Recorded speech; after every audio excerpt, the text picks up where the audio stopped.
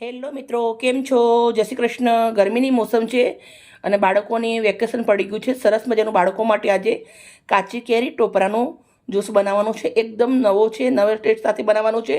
અને મિત્રો, મારી વિડીયો સારી લાગે તો પ્લીઝ મને એક લાઇક કરજો. 200 રૂપિયાનું ડ્રિંક બને 1 ગ્લાસ, એ આપણે આજે એકદમ ઓછા બજેટના અંદર બનાવી અને રેડી કરવાનું છે. તો બનાવવાની રીતે આપણે ચાલુ કરીએ. નારિયેળ લીધું છે, એને છોલી લીધું છે. હવે આપણે એને પાકી દેવાનું છે.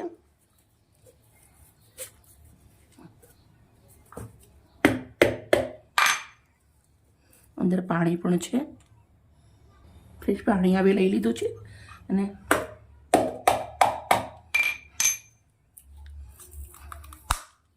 હવે આપણે આમાંથી મસ્ત મજાનું એક જ્યુસ બનાવીએ, ડ્રિંક બનાવીએ, તમે કંઈ પણ નામ દઈ શકો છો. સૌથી પહેલાં આપણે હવે કેરીને છોલી લેવાની છે.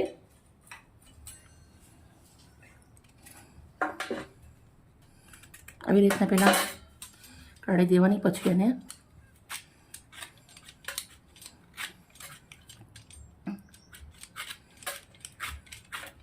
કેરીને છોલી લેવાની.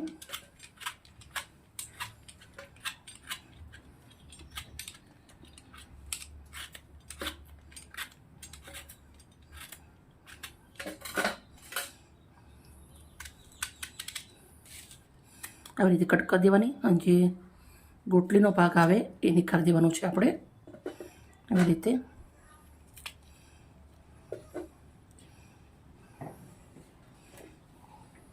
કેરી છોલી અને રેડી કરી દીધી છે. પછી આપણે ડાયરેક્ટ કુકર લીધું છે, એના અંદર હું આવી રીતના એને કટ કરી દેવાની છું બંને કેરીને. બંને કેરી આપણે પહેલાં કટ કરી દેવી છે અને કેરી આપણે બાફવાની છે. તો કેરી બાફી લેશું. ફ્રેશ પાણી નાખું છું 1 ગ્લાસ. કુકર બંધ કરી દઈશું અને 3 સીટી મારી લેશું. કુકર ગેસ ઉપર મૂકી દીધું છે. 3 સીટી પછી મળીએ. 3 સીટી પડી ગઈ છે. કેરી આપણી બફાઈ ગઈ છે. હવે એને ઠંડુ પડવા દેવાનું છે.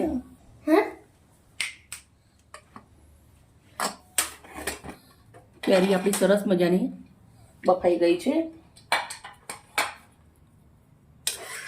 જોઈ શકો છો, મસ્ત રેડી થઈ ગઈ છે.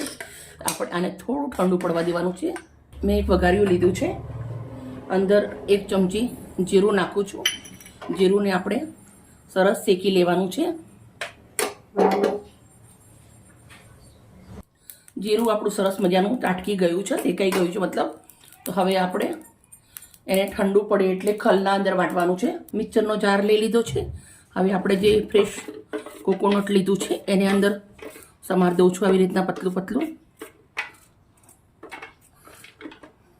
તમારી જોડે ફ્રેશ કોકોનટ ના હોય તો જે નારિયેલ હોય, નારિયેળનો ગોરો હોય, એને પાણીમાં તમે પલાળી દો ગરમ પાણીના અંદર. એટલે 2-3 કલાકના અંદર પલાળી અને રેડી થઈ છે. તો આપણે બધું જ નારિયેળ આવી રીતે અંદર સમાર દેવાનું છે.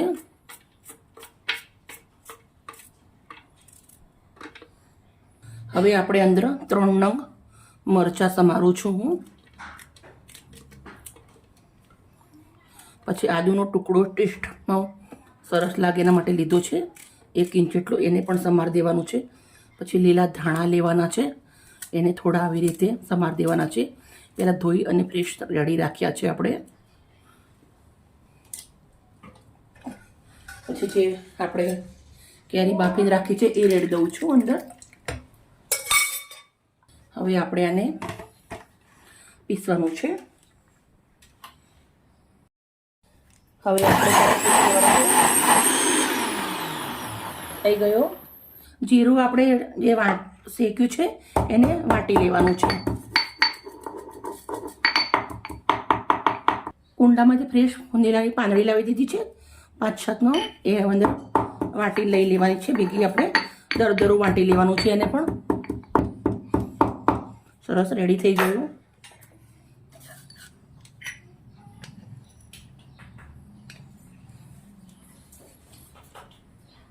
એક બાઉલ લીધું છે મોટું. એક ગળણી લેવાની છે આપણે. ગળણીના અંદર રેડી અને સરસ મજાનું ગળી લેવાનું છે.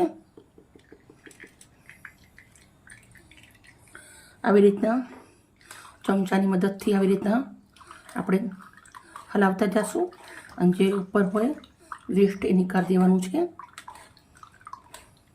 બધું જ આપણે આવી રીતે રેડી કરી દઈશું. બધો જ જ્યુસ આપણે નીકાળી દીધો છે ને, વેસ્ટ આપણે નીકળ્યું છે. આ વેસ્ટના અંદર આપણે થોડો ઘઉંનો લોટ નાખવાનો, મરચું નાખવાનું, મીઠું નાખવાનું, ધાણા જીરું નાખવાનું, તેલ નાખવાનું, સરસ મજાનો લોટ બાંધી અને થેપલા બનાવી દેવાના. હવે આપણે આના અંદર મસાલા પહેલાં શેકેલું જીરું નાખી દીધું છે. આપણે 1 ચમચી ખાંડ નાખીએ છીએ, સિંધા મીઠું થોડું સાદું મીઠું, થોડો લીંબુનો રસ નાખી દઉં છું. હવે આપણે થોડો અંદર બરફ નાખી દેવાનું છે. બરફના ટુકડા આવે એવા નાખી દઉં છું થોડા. સરસ હવે મિક્સ કરી દઈશું. બરફના ટુકડા નાખ્યા પછી સરસ મજાનું બરફને ઓગળે ત્યાર સુધી આપણે આવી રીતે એને ફેરવતા જશું. હવે મેં થોડું મરચું અને મીઠું લીધું છે, એને મિક્સ કરી દઉં છું. મેં 1 ગ્લાસ લીધો છે, એને આપણે આવી રીતે લીંબુથી આવી રીતે કરી દેવાનું છે, ઘસી દેવાનું છે લીંબુ.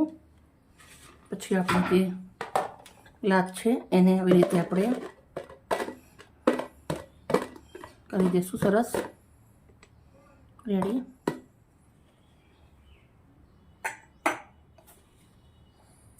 હવે આપણે સરસ જ્યુસ આપણે રેડી થઈ ગયો છે, તો ગ્લાસના અંદર રેડવાનો છે.